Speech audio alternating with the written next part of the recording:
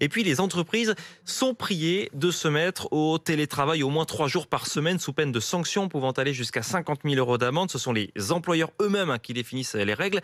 C'est donc assez flou, vous le comprenez bien. Il n'empêche, certaines entreprises jouent quand même le jeu. Et vous avez un exemple pour RMC, Léna Marjac.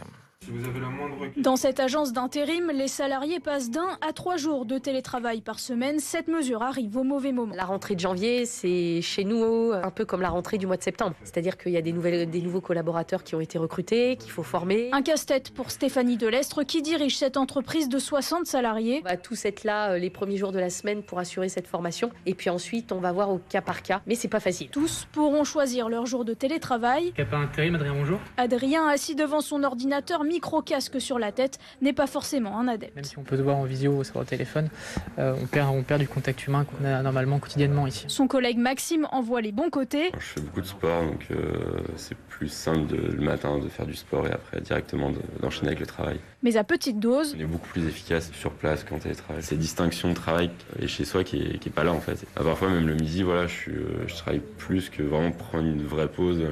Les collègues qui disent viens, on va prendre une pause ou on va faire autre chose. Et en cas de non-respect des 3 jours de télétravail par semaine, les entreprises s'exposent à une amende de 1 000 euros par salarié.